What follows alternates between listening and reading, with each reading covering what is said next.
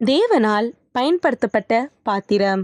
அவர் இயேசு கிறிஸ்து பெருகவும் நான் சிறுகவும் வேண்டும். யோவான் 3:30. தலைப்பு: அற்புதம் செய்வார். இந்திய மிஷனரி லூட்விக் நோமென்ஷன். மண்ணில் பிறந்தது 6/2/1834 ஆண்டு. விண்ணில் சென்றது 23/5/1918 ஆண்டு. ஊர் நாட்ஸ்ட்ராண்ட் பெனின்சுலா. நாடு டென்மார்க். தரிசன பூமி சுமித்ரா தீவு. என் நாமத்தினாலே நீங்கள் எதை கேட்டாலும் அதை நான் செய்வேன்.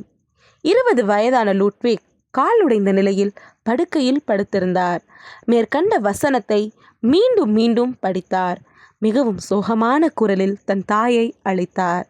அம்மா, நான் மீண்டும் நடக்க முடியுமா? ஆண்டவரின் தேவையை சந்திப்பாரா? நான் கேட்கும் உதவியை அவர் செய்வாரா? தாய் மிகுந்த நம்பிக்கையுடன் தன் மகனின் கரங்களை பற்றி பிடித்து கிறிஸ்துவில் நம்பிக்கை கொள்ள செய்தார். 3 வருடங்கள் கடந்தன. ஓர் நாள் தன் படுக்கையை விட்டு குதித்து எழுந்தார். நடந்தார், ஓடினார். 24 வயது இளைஞரவர் கையில் வேதாகமத்துடன் சுமித்ரா தீவை நோக்கி பயணமானார்.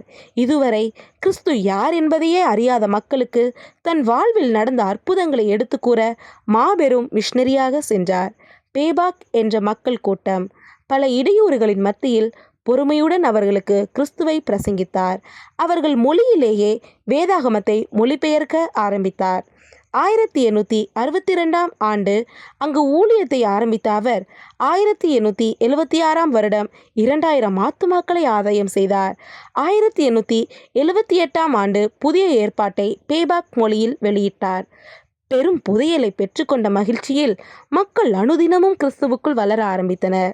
மக்களுடைய கலாச்சாரத்தை மாற்றாமல் மக்களோடு மக்களாக பணி செய்த நோமென்ஷன் 1918 ஆண்டு இளைப்பாறுதலுக்குள் பிரவேசித்த போது 1,80,000 ஆத்துமாக்கள் ரட்சிக்கப்பட்டிருந்தனர். தற்பொழுது இந்தோனேஷியாவின் மாபெரும் கிறிஸ்தவ மக்கள் தொகை உள்ள இடம் சுமித்ரா தீவே ஆகும். நோமென்ஷன் அவர்களின் கனவு நனவானது. இறை சித்தம் நிறைவேறியது. அன்பரே, ஆண்டவரிடமிருந்து சரீர சுகத்தை பெற்று ஊழியம் செய்ய முன்வருவீர்களா? வாழ்விலிருந்து வாழ்வுக்கு.